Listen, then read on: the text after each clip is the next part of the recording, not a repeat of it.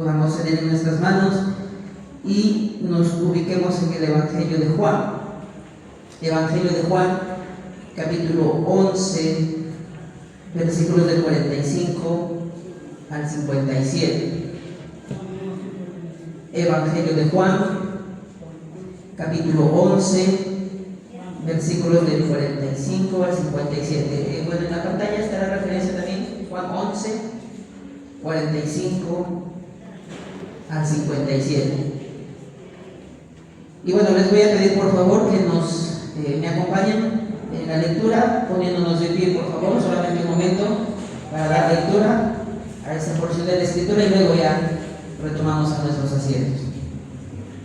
La palabra del Señor dice así: entonces, muchos de los judíos que habían venido para acompañar a María y vieron lo que hizo Jesús, creyeron en él. Pero algunos de ellos fueron a los fariseos y les dijeron lo que Jesús había hecho. Entonces los principales sacerdotes y los fariseos reunieron el concilio y dijeron: ¿qué haremos? Porque este hombre hace muchas señales.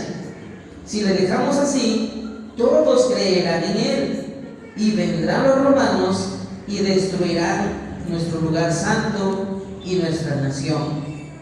Entonces Caifás, uno de ellos, sumo sacerdote aquel año, les dijo: vosotros no sabéis nada, ni pensáis que nos conviene que un hombre muera por el pueblo y no que toda la nación perezca. Eso no lo dijo por sí mismo, sino que como era él sumo sacerdote aquel año, profetizó que Jesús había de morir por la nación, y no solamente por la nación, sino también para congregar en uno a los hijos de Dios que estaban dispersos. Así que desde aquel día acordaron matarle. Por tanto, Jesús ya no andaba abiertamente entre los judíos, sino que se alejó de allí a la región contigua al desierto, a una ciudad llamada Efraín, y se quedó allí con sus discípulos. Y estaba cerca la Pascua de los judíos, y muchos subieron de aquella región a Jerusalén antes de la Pascua para purificarse. Y buscaban a Jesús, y estando ellos en el templo, se preguntaban unos a otros: ¿qué os parece? ¿No vendrá a la fiesta? Y los principales sacerdotes y los fariseos habían dado orden de que si alguno supiese dónde estaba, lo manifestase para que le prendiese. Tomen asiento, por favor, hermanos. Les agradezco mucho el haber estado de pie mientras leíamos la palabra del Señor.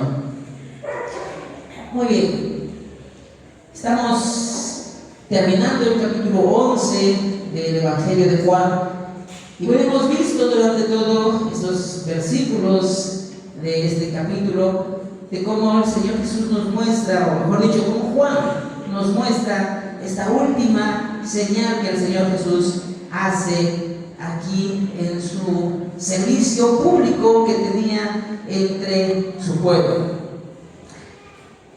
Esta última señal causó dos reacciones muy polarizadas, muy contradictorias.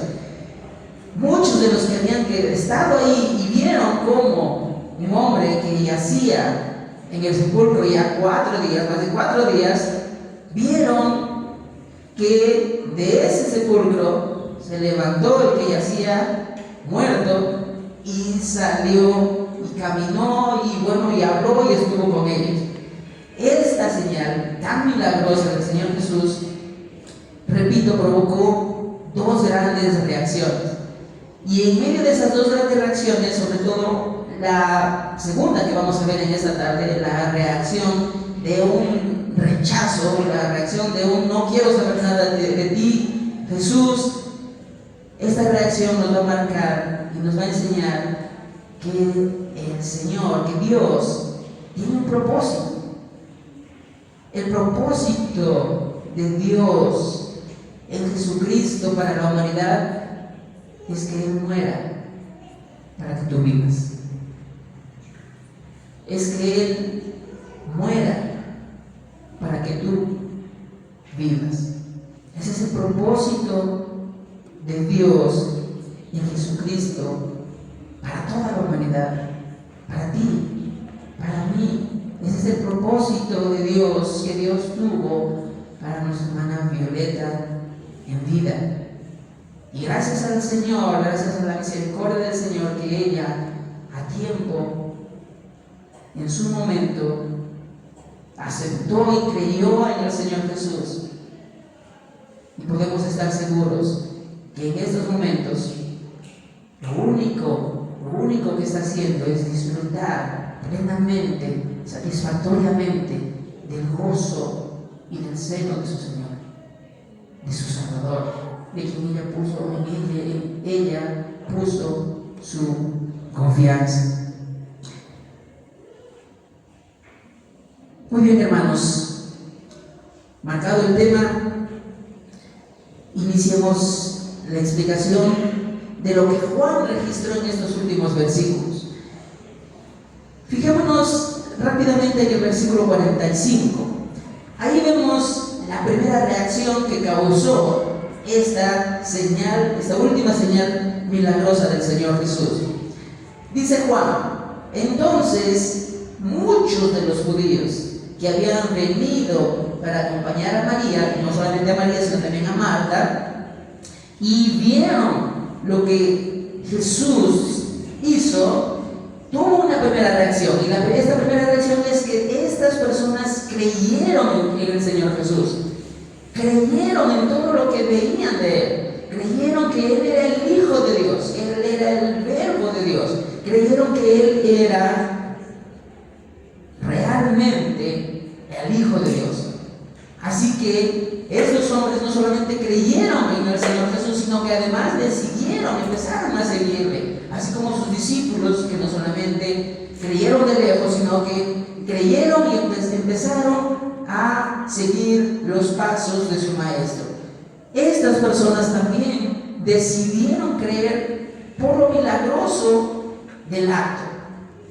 Repito, ver que una persona salga del sepulcro después de estar 4 días, muchas gracias, hermana, después de estar 4 días, fue realmente sorprendente, fue algo muy, muy extraordinario. Tú y yo también podemos estar en ese grupo. Tú y yo también podemos estar en ese grupo de creer en la persona de Cristo, de creer en sus palabras, de creer en sus hechos, de creer en su obra, en todo lo que Él hizo aquí en esta tierra. Más adelante, en la otra mitad del Evangelio de Juan, nos va a mostrar el Señor en qué debe fundamentarse nuestra fe. ¿Qué es lo que el Señor Jesús, cuál es su obra exacta, su obra primigenia que Él hizo para poder creer totalmente en Él? Hasta aquí, hasta este capítulo 11, el Señor Jesús ha ido manifestando su poder. El Señor Jesús ha ido manifestando su gloria. ¿Quién es Él? Demostrando que Él es el Hijo de Dios y que puedes creer en Él. Repito, tú puedes estar aquí en este grupo de creer en Él. Pero no basta con decir sí creo en Él, sino que además tienes que seguirle, seguir sus pasos. Tienes que también estar detrás de Él, acompañarlo. Cuando en los estudios anteriores veíamos que las personas seguían al Señor Jesús, no era un seguir de lejos, no era un seguir de que Jesús está por la plaza de armas y yo estoy por acá. No era un seguir de lejos, era un seguir cercano, incluso era un seguir de estar pegados al Señor Jesús. Si tú has creído y estás en este grupo, en este primer grupo de creyentes, es porque tú estás pegado al Señor Jesús, siguiendo su vida, siguiendo su ejemplo.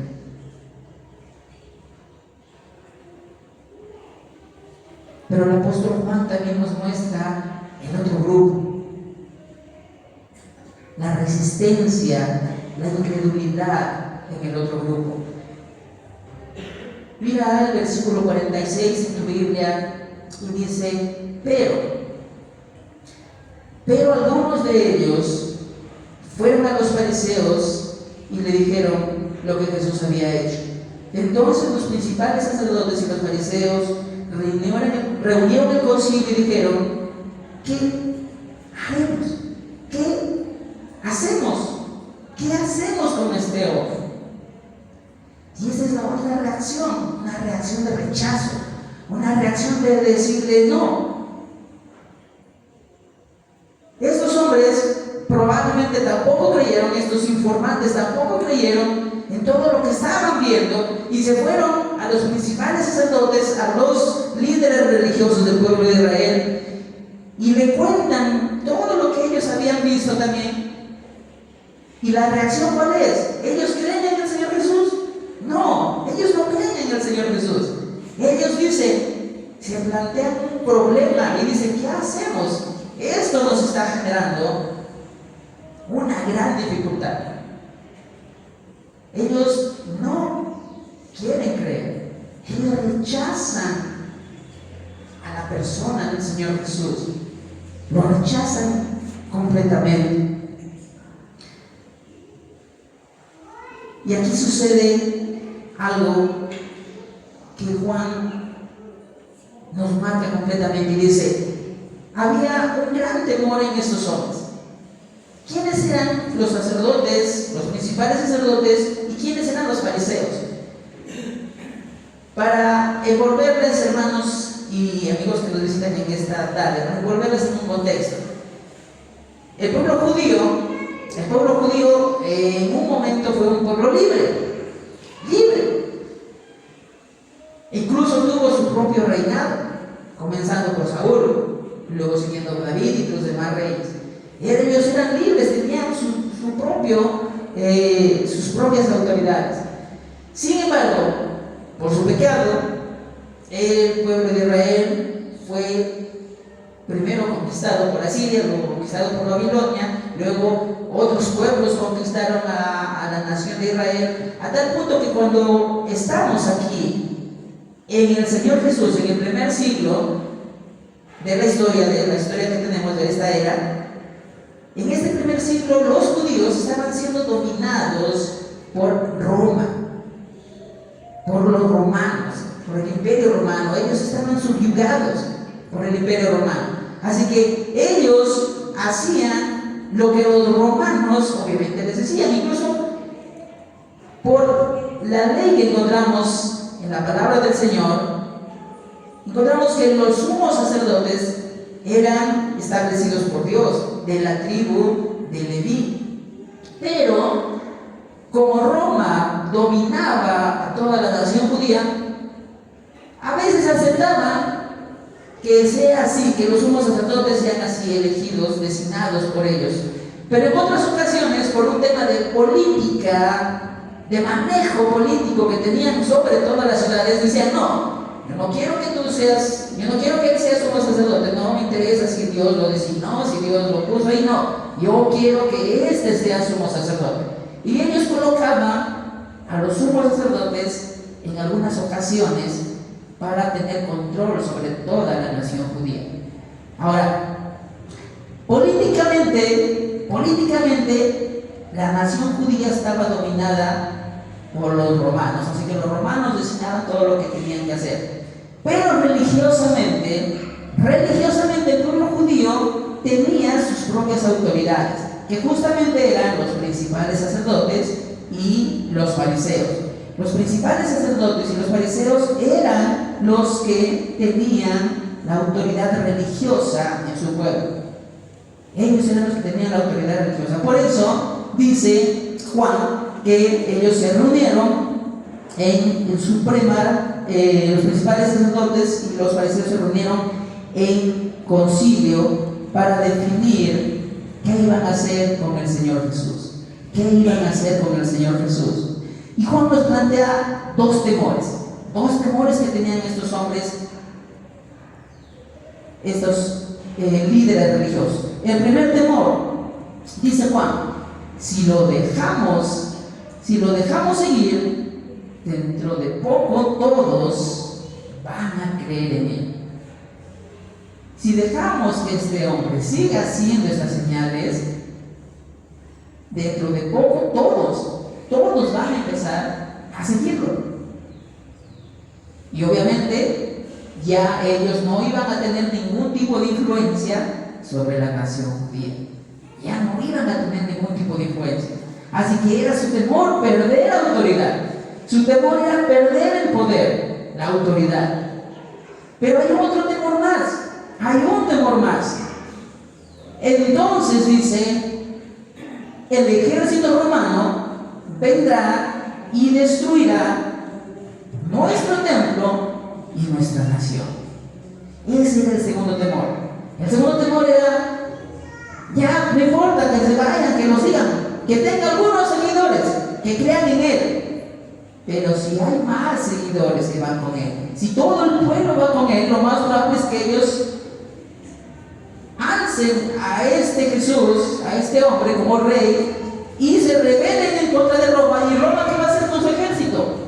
Nos va a aplastar. Roma nos va a aplastar. Y lo más importante, va a destruir nuestro templo, decían ellos. Destruirá nuestro templo y nuestra nación. Recordemos que el templo de Jerusalén era lo más sagrado que los judíos tenían. Era lo más sagrado. Ahí ellos consideraban que el templo habitaba la presencia de Dios, que era el acceso de todas las personas a Dios. Así que, teniendo esos dos temores, el primero, de que toda la gente, de que toda la nación judía crea en el Señor Jesús y vaya en pos de Él, y el segundo temor, que esto provoque que Roma los aplaste. Ahora, si bien es cierto, estos temores eran de ellos nada más, no era podríamos decir que no era generalizado este temor, pero el historiador judío Josefo, él sí testifica que la mayoría de judíos tenían esta preocupación. La mayoría de judíos tenían esta preocupación de que si se levantaban en contra de Roma pueda extinguirlos, pueda desaparecerlos. Tenían en parte su preocupación, si era acertada, su temor. Pero hermanos, este temor no surge, estos temores que les acabo de describir, no surgen de un miedo hacia este poder político y a perder poder religioso sobre la nación judía, sino por el temor de que el Señor Jesús siga teniendo más seguidores, siga teniendo más y más y más personas que crean y empiecen a seguirlo. Y eso que tiene que ver con nosotros ahora, ¿no? Eso fue en ese tiempo. En ese tiempo ocurrió todo eso, cuando el Señor Jesús estaba vivo, cuando estaba haciendo cosas milagrosas. Pero ¿y eso qué tiene que ver con nosotros? Hermanos, tiene que ver mucho con nosotros. Para ese tiempo el cristianismo era muy peligroso para estos líderes religiosos y también para los líderes políticos. Era muy peligroso. Pero para este tiempo, el ser cristiano, el hecho de que muchas personas acepten al Señor y empiecen a seguirlo y vivan una vida cristiana, también es peligroso. Y no es tanto peligroso para nosotros, es peligroso para los intereses particulares y egoístas de las personas, de las autoridades, de los que pretenden gobernar el mundo con sus ideas personales, con sus ideas carnales, con sus ideas movidas por banalidades. Por eso es peligroso el cristianismo. En esta era actual también es peligroso, porque estos intereses que mueven la mayoría de las naciones no quieren tener más seguidores de Jesús. Y por eso en algunas naciones la religión o la fe cristiana está prohibida. Tú no puedes declarar tu fe cristiana en esas naciones, a tal punto que si la declaras, te destierran o te matan. La valentía que Dios pone en el corazón de tantos creyentes que van a esos lugares es digna de un llamado a seguir compartiendo el mensaje, proclamando el evangelio del Señor, porque se arriesgan incluso hasta entregar su vida para que otras personas crean en Jesús. Pero, hermanos y personas que en esta tarde nos visitan, el cristianismo, el hecho de que tú seas cristiano, pero no solamente cristiano de nombre o de apellido, o que seas cristiano solamente como un título, el hecho de que tú y yo seamos cristianos y vivamos como cristianos, también es un peligro para la sociedad, es un peligro para la corrupción, es un peligro también para el poder. Cuando hay un cristiano, un creyente, en un trabajo, donde empieza de alguna manera la corrupción, a desarrollarse la corrupción, y tú eres el que nada contra corriente, el que dices, no, a mí no me parece que hagamos eso, a mí no me parece porque eso está mal. El Señor en la Escritura dice que eso está mal, que no debemos robar. Y el cristianismo se vuelve peligroso para tu vida porque empiezan a hostilizarte, porque empiezan a dejarte de lado, porque empiezan incluso a buscar la forma de sacarte del trabajo. Si no compartes sus ideas, si no compartes sus pensamientos, si no compartes sus comportamientos. Y esos miedos también los tenemos nosotros. No vivimos una vida cristiana, no vivimos pegados al Señor Jesús, porque tenemos temor de que nuestros amigos se alejen de nosotros, porque tenemos temor de que nuestra familia nos rechace, tenemos temor de no poder alcanzar ciertos grados de autoridad, porque ¿qué dirán de mí? Dirán que soy un fanático, dirán que soy una persona moralmente correcta, y por eso el cristianismo en esta era actual también es peligroso para muchos intereses.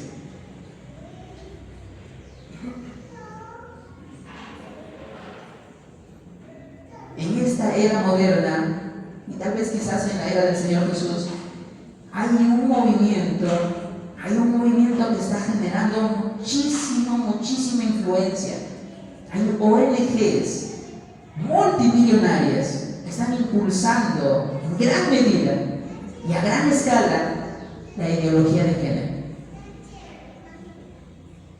Pagan, entregan dinero a postulantes a presidentes de la República o a algunos congresistas o a gobernantes para que ellos, a través de estos encargo de dinero, puedan ellos implantar en sus naciones la famosa ideología de género. ¿Para qué? Para que los docentes, por orden obviamente de los gobernantes, les digan a sus alumnos, les digan a los niños, a las niñas, les digan: tú no eres varón, tú no eres mujer. Tú más adelante, mientras te vamos explicando, tú puedes decidir. Claro, ahorita puede ser que tengas un cuerpo de varón, un cuerpo de mujer, pero tú más adelante, tú con toda libertad puedes decidir si quieres ser varón o quieres ser mujer. Y cuando uno empieza a seguir al Señor Jesús, y cuando uno se vuelve al cristianismo y vivimos la vida como el Señor Jesús quiere que vivamos, y practicamos los principios que están en su palabra, entendemos que el Señor hizo al varón e hizo a la mujer. No hizo a Adán y le dijo a Adán: ya te hice varón, tú decidirás si quieres ser mujer. No lo hizo así. A Adán lo creó biológicamente varón y a Eva la creó biológicamente, emocionalmente mujer. Pero cuando tú y yo, como cristianos, vamos en contra de eso,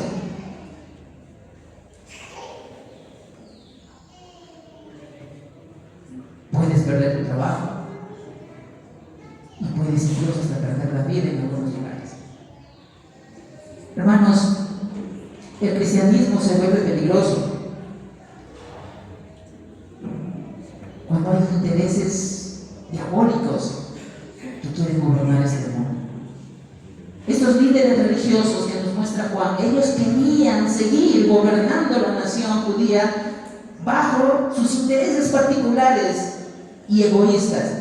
Ellos querían seguir sacando provecho de este gobierno religioso que ellos tenían. Y por eso el Señor Jesús se volvió una piedra en el camino, una piedra en el zapato. Siéntete feliz si tú eres la piedra en el zapato de alguien que está yendo en contra de Dios.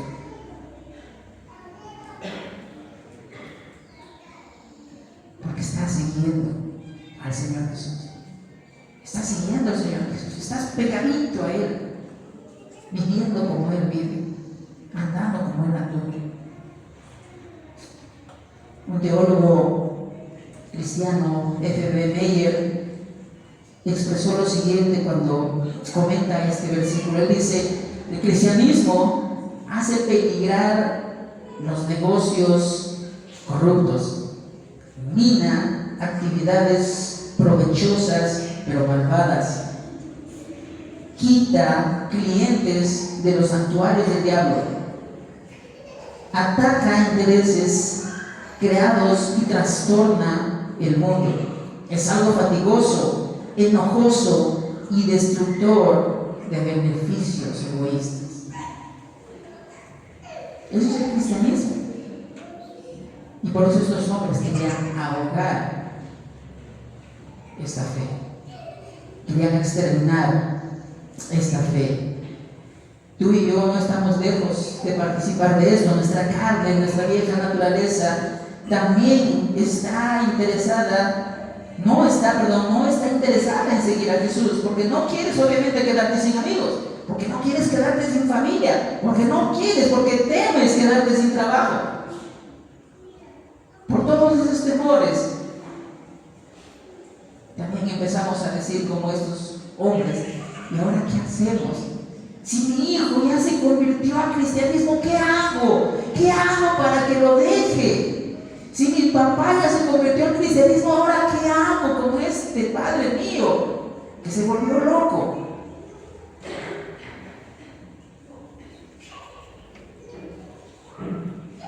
En alguna manera nosotros nos comportamos también como estos hombres y no queremos perder ningún tipo de autoridad, y sobre todo no queremos que nuestros intereses particulares y egoístas se vean afectados por la fe en el Señor Jesús.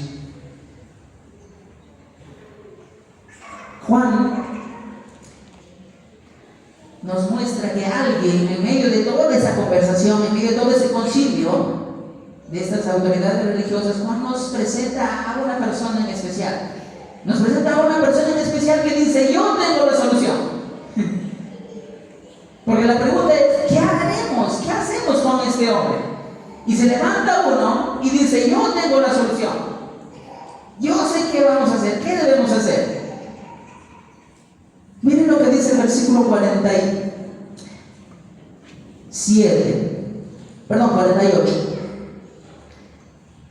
No, estoy equivocando, 49. Entonces, Caifás, uno de ellos, ¿quién era? Sumo sacerdote de aquel año, ¿qué dijo? Ustedes no saben nada. Ustedes no saben nada. Versículo 50. Ni piensan qué es lo que nos conviene. ¿Y qué es lo que nos conviene? Dice Caifás. Lo que nos conviene es que un hombre muera por el pueblo. Eso es lo que nos conviene ahorita. ¿Qué vamos a hacer? Lo que vamos a hacer es algo que nos convenga a todos, algo que nos traiga ventaja, provecho a todos. Y lo más provechoso ahora es que un solo hombre muera por toda la nación, y no que toda la nación perezca. Eso es lo que conviene, dijo Caifás, sumo sacerdote, es decir, el líder principal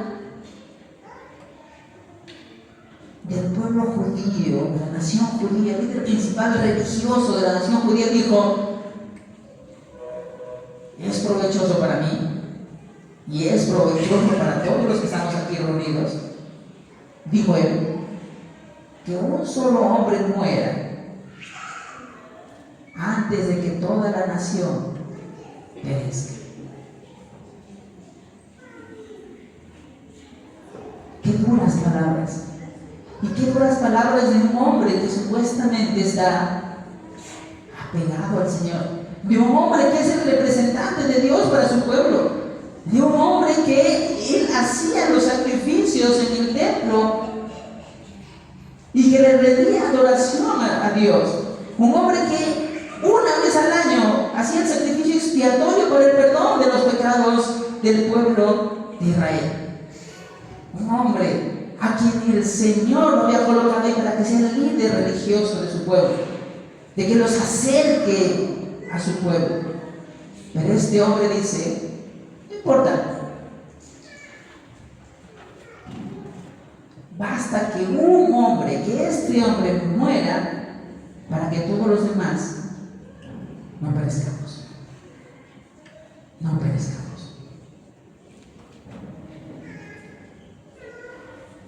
Es increíble el pensamiento de este hombre. Y es increíble, ¿por qué? Porque ni siquiera los romanos tenían ese pensamiento. Ni siquiera los griegos, los romanos de ese tiempo tenían este pensamiento, de pensar de que un hombre muera por todos. Pero los intereses eran tan altos,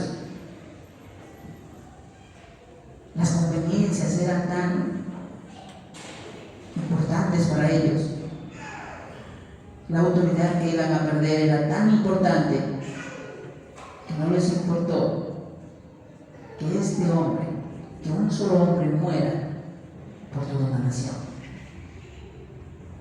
Pero eso, obviamente, hermanos, estas palabras que salen de la boca de este hombre Caifás no son palabras que él diga porque sabe que el Señor Jesús va a morir crucificado. Estas palabras de Caifás no es que él está pensando en que el Señor Jesús más adelante va a ser crucificado. No, él ni siquiera cree en el Señor Jesús. Pero estas palabras que dice son palabras que efectivamente van a pasar, van a suceder. Pero ¿quién puso estas palabras en la boca de Caifás? Fijémonos en el versículo 51. Esto no lo dijo por sí mismo, porque lo creía, sino que como era el sumo sacerdote aquel año, profetizó, anunció que Jesús había de morir por la nación. Una sentencia profética para la vida del Señor Jesús. Este hombre, sin incluso tener la visión de lo que va a pasar más adelante, el Señor le pone estas palabras en la boca de Caifás, y Caifás dice que este Jesús, este hombre, va a morir por toda la nación. Y Juan recalca, agrega algo más. Juan dice en el versículo 52: y no solamente por la nación, sino también para congregar en uno a los hijos de Dios que estaban dispersos, para juntar en uno tanto a judíos como a gentiles, es decir, para juntar en uno a todo aquel que ponga su fe en el Señor Jesús. Las palabras de Caifás fueron puestas en su boca por el mismo Dios, Dios puso estas palabras, por eso Juan dice, Él profetizó, Él dio el mensaje de Dios de que efectivamente su Hijo amado, el Señor Jesús, iba a morir por su pueblo, por la nación judía. Pero no solamente iba a morir por la nación judía, sino que iba a morir también por los tejalonquinos, que también iba a morir por los peruanos y por todo aquel que quiera reconocerle como Señor y Salvador de sus vidas. Este hombre, Jesús, iba a morir por ti, por mí.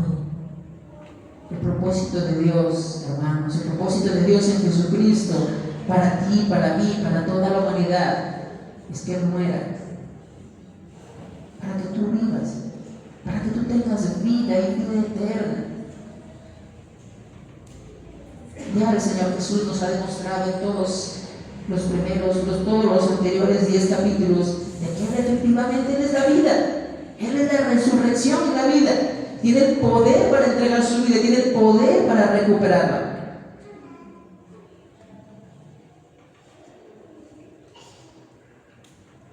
El propósito de Dios, repito, hermanos, en Jesucristo, para ti, es que Él entregue su vida y la entregue para que muera, para que el destino que tú tenías de morir eternamente ahora sea todo lo contrario y vivas por la eternidad. Vivas por la eternidad. Hermanos,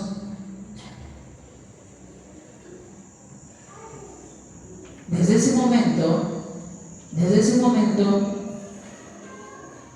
estos hombres, estos líderes religiosos acordaron algo ya de manera concreta. Tal vez en versículos anteriores se ve que quieren prender al Señor Jesús, que quieren arrestarlo, pero solamente con esa intención, tal vez de arrestarlo y callarlo y botarlo. Pero miren la decisión, el acuerdo a la que estos hombres llegan finalmente sobre el Señor Jesús. En el versículo 53, así que desde aquel día acordaron matarlo, sacarlo completamente de la tierra, matarlo. Desde ese día ellos acordaron que Jesús muere.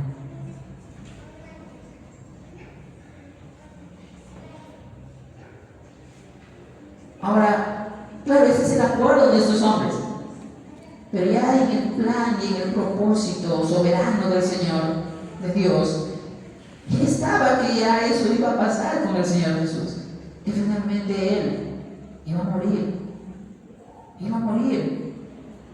en el lugar que nos correspondía a nosotros, sustituyéndonos a nosotros.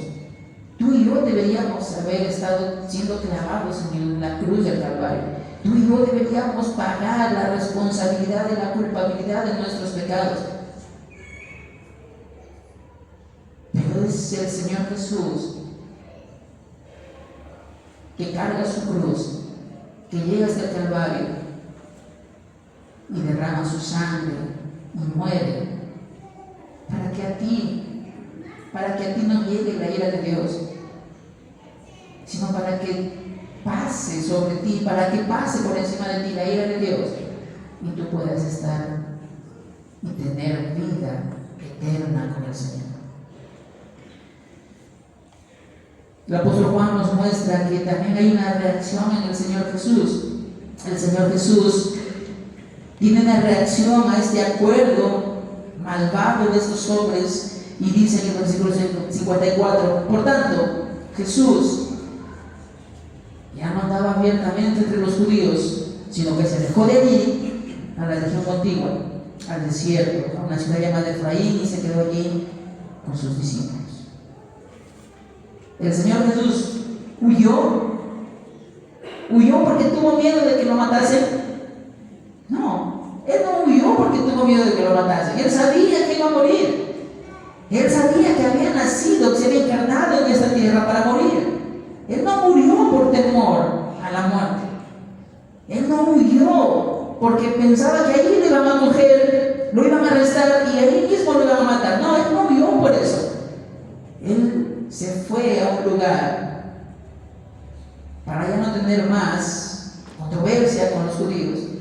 Y además porque no era el momento tampoco de su muerte. Recuerden que en este evangelio en particular encontramos que el Señor Jesús dice: aún no era la hora. Aún no era la hora, aún no era el momento. Y efectivamente no era el momento. En este relato que nos da Juan, no era el momento de que lo arresten y de que lo maten. No era el momento. Iba a llegar posteriormente, pero acá el Señor Jesús no huye por temor. Dios, Padre Todopoderoso, conduce sus pasos hasta a un lugar cercano, hasta la ciudad de Efraín, para que esté ahí con sus discípulos y para que Él después lo pueda llevar a otro lugar y cumpla todos los planes que el Señor había establecido para el sacrificio de Cristo. Quizás tú y yo también hemos planificado muchas cosas en nuestras vidas. Quizás tú y yo también hemos proyectado muchas cosas en nuestras vidas. Pero cuando no llegan, cuando no sucede, nosotros nos frustramos, nosotros nos quejamos y nos perturbamos por lo que no llegó a pasar, por lo que no sucedió. Pero no se trata de que suceda o no suceda, se trata de que el Señor, de que Dios tiene ese orden para tu vida, de que Dios ha ordenado tu vida y se va a cumplir en su momento, en su hora y de acuerdo a la voluntad soberana del Señor.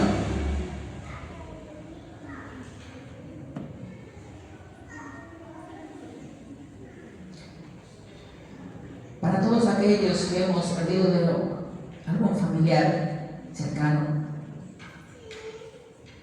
claro que es doloroso, claro que duele, y sientes su ausencia. De hecho que sí. Ya no vas a tener su abrazo, ya no vas a tener su cariño, sus consejos, su ánimo, su compañía. Claro que es doloroso. Y cuando sucede dentro de nuestras lágrimas, en nuestra angustia, decimos: pero ¿por qué ahora, no? ¿Por qué ahora? ¿Por qué el Señor nos esperó hasta el siguiente año?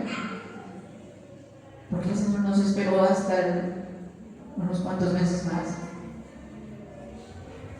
Pero es que no se trata de tu tiempo, de lo que tú planificas. Se trata de los planes del Señor. Él lo planifica así, y así lo hace, y así lo ejecuta. Y lo más hermoso es que el Señor te prepara todas las circunstancias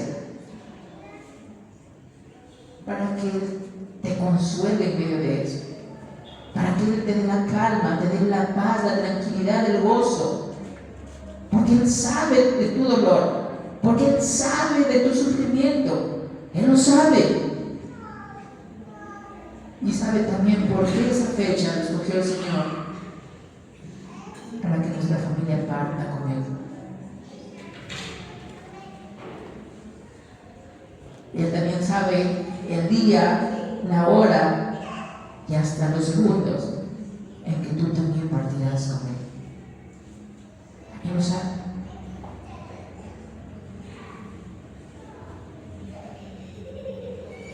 No nos frustremos, no nos perturbemos cuando las cosas suceden o cuando las cosas no suceden. Esperemos así como el Señor Jesús, en su plan soberano de su Padre, en el cumplimiento del tiempo, para que sucedan las cosas. Por último, hermanos, Juan nos da un dato muy importante al terminar este capítulo 11. Y es un dato que, como lo dijo nuestro hermano Jesús, es un dato que va a ser un punto de inflexión en este evangelio, porque nos va a terminar de explicar todos estos primeros 11 capítulos y nos va a mostrar lo que va a pasar más adelante. Estos versículos que voy a leer ahora nos van a mostrar de cómo Juan nos va a presentar después, en los siguientes capítulos, todo el desarrollo del plan de salvación del Señor y de cómo lo ejecuta, cómo lo ejecutó para que finalmente tú y yo seamos redimidos. Fijémonos por favor en el versículo 55. Dice, y estaba cerca, ¿qué estaba cerca? ¿La Pascua de quién? De los judíos. Y muchos subieron en aquella región a Jerusalén antes de la Pascua para purificarse. Y buscaban a Jesús. Y estando ellos en el templo, se preguntaban unos a otros, ¿qué os parece? ¿No vendrá a la fiesta? Y aquí encontramos dos puntos principales que nos quiere mostrar Juan, pero antes de fijarnos en esos dos puntos, quisiera explicarles el tema de la Pascua. Dice Juan que estaba cerca la Pascua de los judíos, es decir, la celebración más principal del pueblo judío, la celebración de todas las fiestas que ellos tenían. Esta era la central, la principal, porque ellos en esta fiesta de la Pascua recordaban cómo Dios nos rescató de la esclavitud de Egipto, cómo Dios nos hizo libres de la esclavitud de Egipto y los condujo por el desierto. Así que esta fiesta era muy importante para ellos. Pero el personaje principal de la Pascua no era Moisés. El personaje principal de la Pascua no era el sumo sacerdote. El personaje principal de la Pascua era un animalito. Era un animalito, un cordero. Un cordero que tenía que ser asesinado, un cordero que tenía que ser muerto, para que su sangre sea puesta en los dinteles de las puertas de las casas de los hijos de Israel, para que la noche de la celebración de la Pascua, mientras pasaba el ángel de la muerte por todo Egipto, si el ángel de la muerte veía en el dintel la sangre de ese cordero, de ese inocente cordero que murió para que su sangre sea puesta ahí, y él veía, el ángel de la muerte veía esa sangre, saltaba, y el hijo primogénito de esa casa no moría, y la familia no se entristecía, sino que se alegraba en la bendición del Señor. Este cordero pascual tenía que ser sacrificado para poder poner esa sangre en los dinteles de la puerta.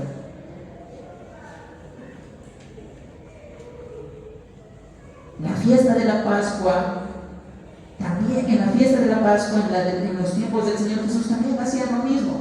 Todos los judíos que venían de cualquier lugar, de toda la nación donde ellos habitaban, todos subían hasta Jerusalén y llevaban consigo sus corderos, y si no tenían corderos, compraban sus corderos ahí en el lugar donde ellos podían encontrar, y compraban sus corderos, esos inocentes animalitos, para poder hacer su cena pascual, para poder hacer su Pascua y celebrarla.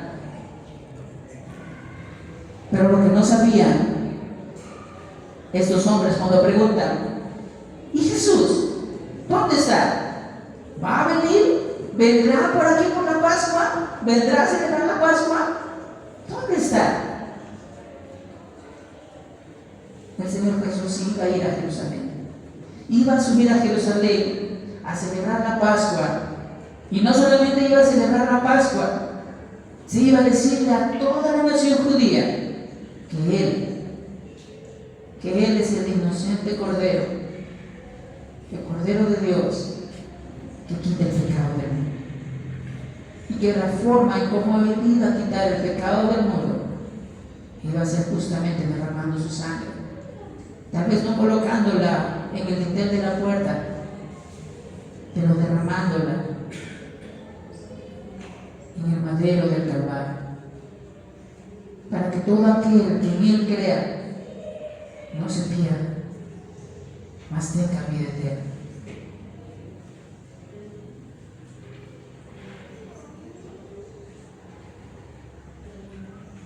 Es increíble que estos hombres digan lo siguiente: ¿dónde está Jesús? ¿Por qué no va a venir a la fiesta? Y mientras tanto, ¿qué hacían todas las personas que ya estaban yendo a Jerusalén? Antes de celebrarse la Pascua, ellos iban a Jerusalén para purificarse, para hacer rituales de limpieza de sus vestidos y de sus cuerpos de manera externa para poder presentarse a la celebración de la Pascua. Esa era la purificación.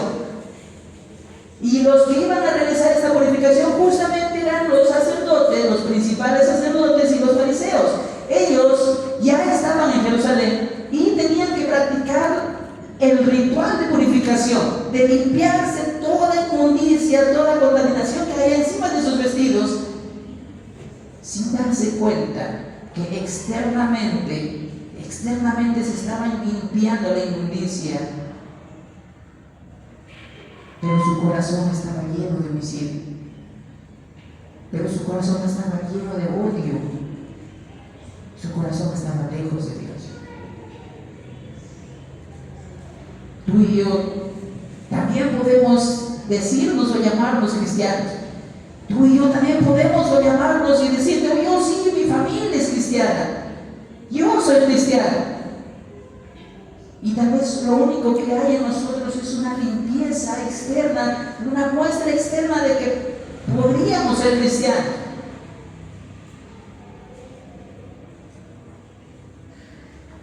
Pero quizás dentro de nosotros hay rencores, amarguras, odios, envidias, rechazo, celos, maldad, orgullo, lujuria, pecado en general. ¿De qué nos vale llamarnos o tener el título de cristianos, demostrarnos limpios, cuando por dentro nos estamos pudriendo por el pecado? Y justamente el Cordero de Dios, el Señor Jesús, con el sacrificio en la cruz, es el único que puede limpiar toda esa maldad y toda esa podredumbre que el pecado causa en nuestras vidas. Es el único que lo puede hacer. Pero para que haga eso, Él tiene que entregar su vida, derramarla completamente en el Calvario. Repito, para que tú no sufras eso, para que tu destino, que estaba marcado para la muerte y la condenación eterna, por depositar tu fe en el Señor Jesús ahora, puedas tener la vida eterna que Él te ofrece. El propósito de Dios, hermano, repito, el propósito de Dios en Jesucristo para toda la humanidad es que Él muera para que tú vivas. Y lo maravilloso de esto es que Él sí murió y lo sepultaron, pero Dios lo levantó de entre los muertos al tercer día y Él ahora está vivo e intercede por cada uno de nosotros. Acéptalo. Hoy es el momento, hoy es el tiempo. No esperes más, no esperes más. Si hoy el Señor te ha hablado, acéptalo en tu corazón. Reconócete pecador, pecadora. Arrepiéntete, confiesa tus pecados delante de Él, que Él te va a perdonar absolutamente todos tus pecados, todos.